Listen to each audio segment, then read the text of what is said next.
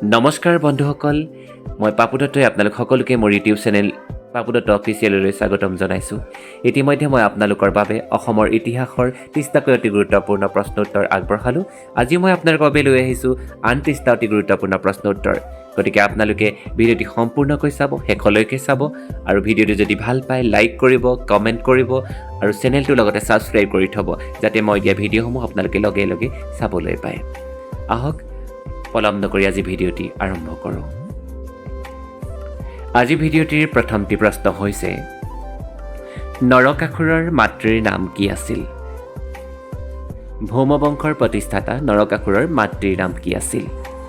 এই প্ৰশ্নটি এটি গুৰুত্বপূৰ্ণ প্ৰশ্ন, গতিকে প্ৰশ্নটিৰ উত্তৰটি হ'ব ভূমি দেৱী অথবা বসুমতী আছিল নৰকাসুৰৰ মাতৃ। এইবাৰ আমি আহিছোঁ আজিৰ ভিডিঅ'টিৰ দ্বিতীয়টো প্ৰশ্নলৈ। আজিৰ দ্বিতীয়টি প্ৰশ্ন হৈছে, নৰকাসুৰৰ সেনাপতি কোন আছিল? নৰকাসুৰৰ সেনাপতিজনৰ নাম আছিল মূৰ।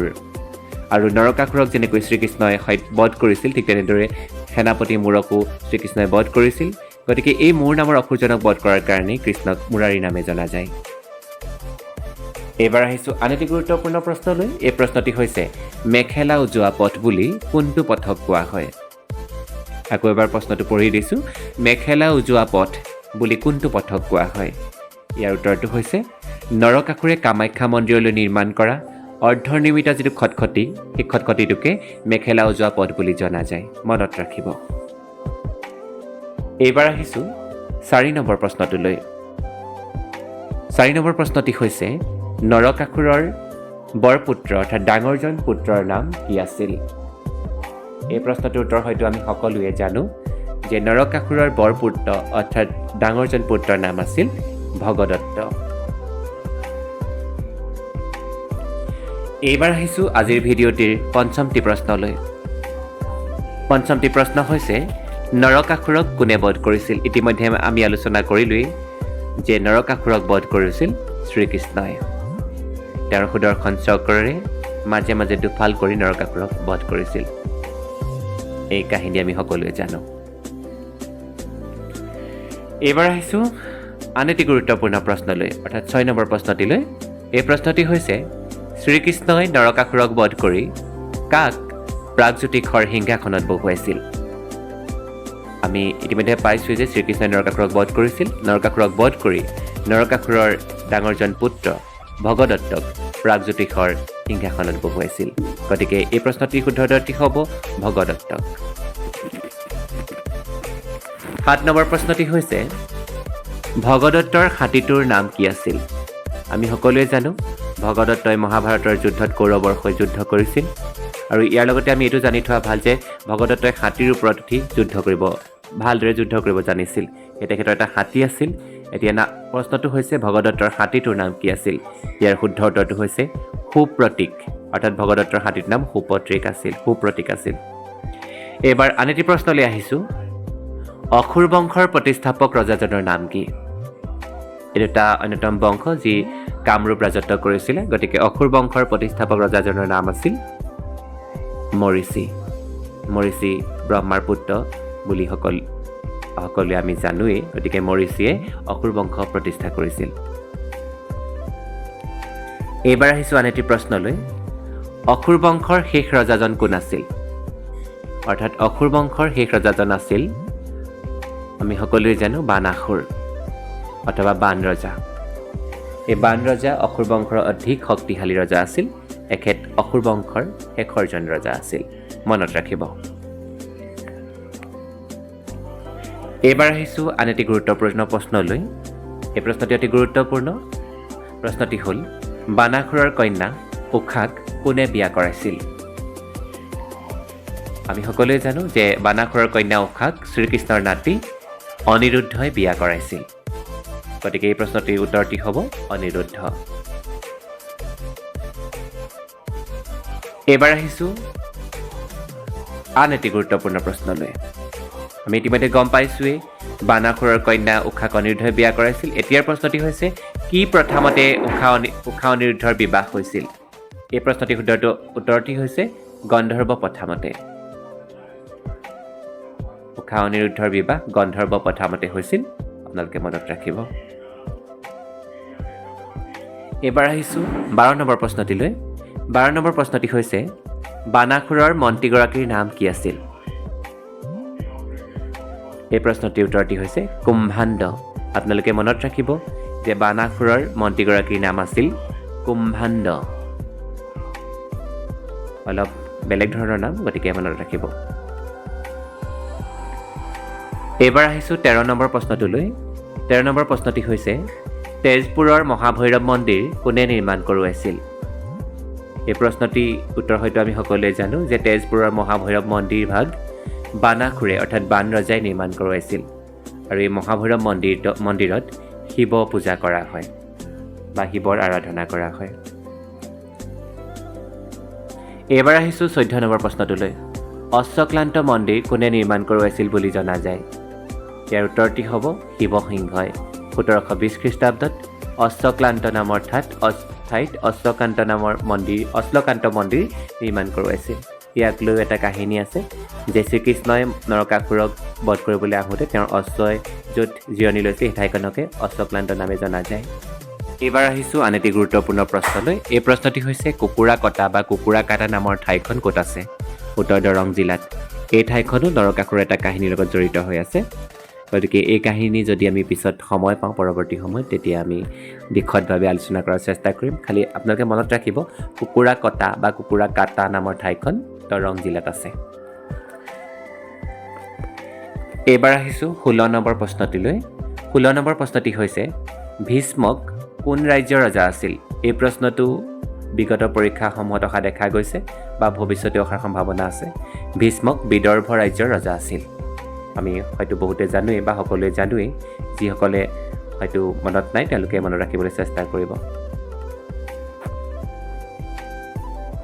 এইবাৰ আহিছোঁ 17 নম্বৰ প্ৰশ্নটিলৈ 17 নম্বৰ প্ৰশ্নটি হৈছে বিদৰ্ভ ৰাজ্যখন কোন নদীৰ পাৰত অৱস্থিত আছিল এনেকুৱা ধৰণৰ প্ৰশ্ন আহে কোনখন নগৰ কোনখন ঠাই কোন নদীৰ পাৰত অৱস্থিত আছিল গতিকে প্ৰাচীন ইতিহাসৰ পৰা অসমৰ প্ৰাচীন ইতিহাসৰ পৰা এনেকুৱা ধৰণৰ প্ৰশ্নও হ'ব পাৰে যে বিদৰ্ভ ৰাজ্যখন কোন নদীৰ পাৰত অৱস্থিত আছিল উত্তৰ হ'ব কুন্দিল নদীৰ পাৰত মনত ৰাখিব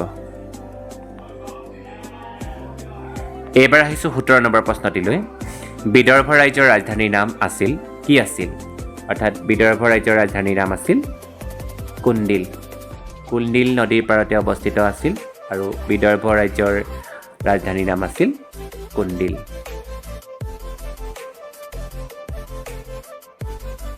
এইবাৰ আহিছোঁ আন এটি গুৰুত্বপূৰ্ণ প্ৰশ্নলৈ 18 নম্বৰ প্ৰশ্ন শ্ৰীকৃষ্ণই বিয়া কৰোৱা বিদৰ্ভ ৰাজ্যৰ ৰাজকুমাৰীগৰাকী কোন আছিল ইতিমধ্যে আমি গম পাইছোঁৱেই বিদৰ্ভ ৰাজ্য কুন্দিল নদীৰ পাৰত অৱস্থিত আছিল আৰু কুন্দিল নগৰ আছিল বিদৰ্ভৰ ৰাজধানী গতিকে কুন্দিল কুঁৱৰী বুলি ৰুক্মিণীক কোৱা হয় গতিকে শ্ৰীকৃষ্ণই বিয়া কৰোৱা বিদৰ্ভ ৰাজ্যৰ ৰাজকুমাৰীগৰাকী আছিল কুন্দিল কুঁৱৰী অৰ্থাৎ ৰুক্মিণী এই কথাটো হয়তো আমি সকলোৱে জানো এতিয়া আহিছোঁ 19 নম্বৰ প্ৰশ্নটিলৈ 19 নম্বৰ প্ৰশ্নটি হৈছে নৰকাসুৰক কোনে তুলি তালি ডাঙৰ দীঘল কৰিছিল আমি ইতিমধ্যে গম পাইছোঁ বৰাহ অৱতাৰ যে বিষ্ণুৱে ধাৰণ কৰিছিল তেতিয়া ভূমি দেৱী আৰু বসুমতীৰ সন্তান হিচাপে নৰকাসুৰ জন্ম লাভ কৰিছিল আৰু নৰকাসুৰক ডাঙৰ দীঘল কৰিছিল বিদেশ ৰাজ্যৰ ৰজা জনকে এইটো এটা প্ৰশ্ন হ'ব পাৰে মনত ৰাখিব এইবাৰ আহিছোঁ 20 নম্বৰ প্ৰশ্নটিলৈ নৰকাসুৰে কাক বিয়া কৰাইছিল আমি হয়তো এই প্ৰশ্নটোৰ উত্তৰ জানো বা এইটো পৰীক্ষাত আহি থকা দেখা যায় বা ভৱিষ্যতে অহাৰ সম্ভাৱনা আছে গতিকে নৰকাসুৰে বিদৰ্ভৰ ৰাজকুমাৰী মায়াদেৱীক বিয়া কৰাইছিল এই প্ৰশ্নটিৰ উত্তৰটিও আপোনালোকে মনত ৰাখিবলৈ চেষ্টা কৰিব এইবাৰ আহিছোঁ 21 নম্বৰ প্ৰশ্নটিলৈ এইটো এটা অতি গুৰুত্বপূৰ্ণ প্ৰশ্ন উষাৰ সখী চিত্ৰলেখা আমি সকলোৱে জানো গতিকে উষাৰ সখী চিত্ৰলেখাৰ পিতৃ কোন আছিল ইয়াৰ উত্তৰটো হ'ব বানাসুৰৰ মন্ত্ৰী কুম্ভাণ্ড অৰ্থাৎ বানাসুৰৰ মন্ত্ৰী কুম্ভাণ্ডৰ জীয়েক আছিল চিত্ৰলেখা মনত ৰাখিব এইটো এটা গুৰুত্বপূৰ্ণ প্ৰশ্ন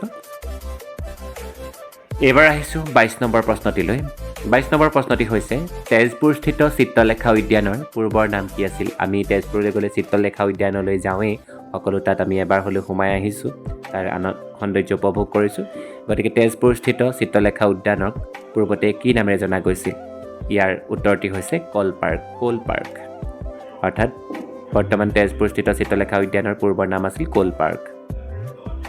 এইবাৰ আহিছোঁ 23 নম্বৰ প্ৰশ্নটিলৈ। 23 নম্বৰ প্ৰশ্নটি হৈছে কাৰ প্ৰভাৱত নৰকাসুৰ অতি অত্যাচাৰী হৈ পৰিছিল? প্ৰথম অৱস্থাত ভৌমবংশৰ প্ৰতিষ্ঠাতা নৰকাসুৰ বৰ এজন ভাল শাসক আছিলে, ৰজা আছিলে। কিন্তু যেতিয়া তেওঁ প্ৰাগজ্যোতিষৰ ৰজা তেওঁ শোণিতপুৰৰ ৰজা বানাসুৰৰ সান্নিধ্যলৈ আহিলে, সংস্পৰ্শলৈ আহিলে, তেওঁদৰে প্ৰভাৱিত হ'ল, তেতিয়াৰ পৰা অত্যাচাৰী হৈ উঠিছিল। এতিয়া আমি 24 নম্বৰ প্ৰশ্নটোলৈ আহিছোঁ। 24 নম্বৰ প্ৰশ্নটি হৈছে বানাসুৰ কাৰ ভক্ত আছিল? বানাসুৰে কাক আৰাধনা কৰিছিল, কাক পূজা কৰিছিল, এনেকুৱা ধৰণেও আহিব পাৰে। কোনজন দেৱতাক পূজা কৰে বা আৰাধনা কৰে তেনেকৈও আহিব পাৰে, বা এনেকৈও আহিব পাৰে বানাসুৰ কাৰ ভক্ত আছিল? বানাসুৰ শিৱ ভক্ত আছিল। এইবাৰ আহিছোঁ 25 নম্বৰ প্ৰশ্নটোলৈ। শালস্তম্ভ বংশৰ শেষৰজন ৰজা কোন আছিল? শালস্তম্ভ বংশৰ শেষৰজন ৰজা আছিল ত্যাগসিংহ। ত্যাগসিংহ চিৰকুমাৰ আছিল, কোনো সন্ততি নাছিল। সেইকাৰণে ত্যাগসিংহৰ পিছতে শালস্তম্ভ বংশৰ অৱসান হৈছিল বা পতন হৈছিল। এইবাৰ আহিছোঁ 26 নম্বৰ প্ৰশ্নটিলৈ। 26 নম্বৰ প্ৰশ্নটি হৈছে পাল বংশই কামৰূপত কেতিয়াৰ পৰা কেতিয়ালৈ ৰাজত্ব কৰিছিল? পাল বংশ কামৰূপ ৰাজত্ব কৰা এটি উল্লেখযোগ্য বংশ। এই পাল বংশই কামৰূপত 990 খ্ৰীষ্টাব্দৰ পৰা 1138 খ্ৰীষ্টাব্দলৈকে ৰাজত্ব কৰিছিল। এইটো এটা গুৰুত্বপূৰ্ণ প্ৰশ্ন, আপোনালোকে মনত ৰাখিবলৈ যত্ন কৰিব। এইবাৰ আহিছোঁ 27 নম্বৰ এটি গুৰুত্বপূৰ্ণ প্ৰশ্নলৈ। এই প্ৰশ্নটি হৈছে কামৰূপৰ পাল বংশৰ ৰজাসকলে কি ধৰ্ম পালন কৰিছিল? বংগত যি পাল বংশই ৰাজত্ব কৰিছিল তেওঁলোকৰ ধৰ্ম আছিল বৌদ্ধ ধৰ্ম, কিন্তু কামৰূপৰ পাল বংশৰ ৰজাসকলে হিন্দু ধৰ্ম পালন কৰিছিল। এইটো মনত ৰাখিবলগীয়া কথা। বংগৰ পাল বংশৰ ৰজাসকলে কিন্তু বৌদ্ধ ধৰ্ম গ্ৰহণ কৰিছিল। এতিয়া চাব 28 নম্বৰ প্ৰশ্নটি। 28 নম্বৰ প্ৰশ্নটি অতি গুৰুত্বপূৰ্ণ প্ৰশ্ন। কোনজন পাল বংশৰ ৰজাই নিজৰ ৰাজধানী প্ৰাগজ্যোতিষপুৰৰ পৰা কামৰূপলৈ তুলি নিছিল? পাল বংশৰ ধৰ্মপালে ৰাজধানী প্ৰাগজ্যোতিষপুৰৰ পৰা কামৰূপলৈ তুলি নিছিল। এইটো এটা গুৰুত্বপূৰ্ণ প্ৰশ্ন, পৰীক্ষাত প্ৰায় অহা দেখা যায়। এতিয়া আহিছোঁ 29 নম্বৰ প্ৰশ্নটোলৈ। পাল বংশৰ শেষৰজন ৰজা কোন আছিল? এনেকুৱা ধৰণৰ প্ৰশ্নটো প্ৰায়ে আহে। প্ৰথমজন আৰু শেষৰজন বা উল্লেখযোগ্যজন শ্ৰেষ্ঠ ৰজা বুলি যদি কাৰোবাক জনা যায় তেওঁৰ নাম আহে। যে পাল বংশৰ শেষৰজন ৰজা আছিল জয়পাল, মনত ৰাখিব। এইবাৰ আহিছোঁ আজিৰ ভিডিঅ'টিৰ একেবাৰে শেষৰটি প্ৰশ্নলৈ। অতি গুৰুত্বপূৰ্ণ প্ৰশ্ন। শোণিতকুৰি নাটকখন কোনে ৰচনা কৰিছিল? যিহেতু আমি শোণিতপুৰ ৰাজ্যৰ বানাসুৰৰ কথা পাতি আছোঁ, উষা অনিৰুদ্ধৰ কথা পাতি আছোঁ, গতিকে শোণিতকুৰি নাটকখন ৰচনা কৰিছিল জ্যোতিপ্ৰসাদ আগৰৱালাই। এইটো এটা অতি উল্লেখযোগ্য বা গুৰুত্বপূৰ্ণ প্ৰশ্ন, গতিকে আপোনালোকে মনত ৰাখিব। বিভিন্ন প্ৰতিযোগিতামূলক পৰীক্ষাত এই প্ৰশ্নটো অহা দেখা যায় আৰু ভৱিষ্যতে অহাৰ পূৰ্ণ সম্ভাৱনা আছে। আজিৰ ভিডিঅ'টিত এই গুৰুত্বপূৰ্ণ 30টা প্ৰশ্ন আপোনালোকৰ কাৰণে আগবঢ়াই দিলোঁ। আপোনালোকে ভিডিঅ'টি সম্পূৰ্ণকৈ চাইছে, তাৰ বাবে আপোনালোকক ধন্যবাদ জ্ঞাপন কৰিছোঁ। আপোনালোকৰ বন্ধুবৰ্গলৈও এই ভিডিঅ'টি শ্বেয়াৰ কৰি তেওঁলোককো চোৱাৰ সুবিধা কৰি দিব, তাৰে আশা ৰাখিছোঁ। আৰু পৰৱৰ্তী সময়ত আৰু কিছুমান গুৰুত্বপূৰ্ণ বা তথ্য সমৃদ্ধ ভিডিঅ' লৈ মই আপোনালোকৰ মাজলৈ আহিম। গতিকে আপোনালোকে মোৰ ভিডিঅ'সমূহ চাব, মৰম দিব, আশীৰ্বাদ কৰিব, যাতে মই আপোনালোকৰ বাবে ভাল ভাল ভিডিঅ' আগবঢ়াই যাব পাৰোঁ। আজিলৈ ইমানতে সামৰিছোঁ। পুনৰ লগ পাম আন এটা নতুন ভিডিঅ'ৰ সৈতে। ধন্যবাদ।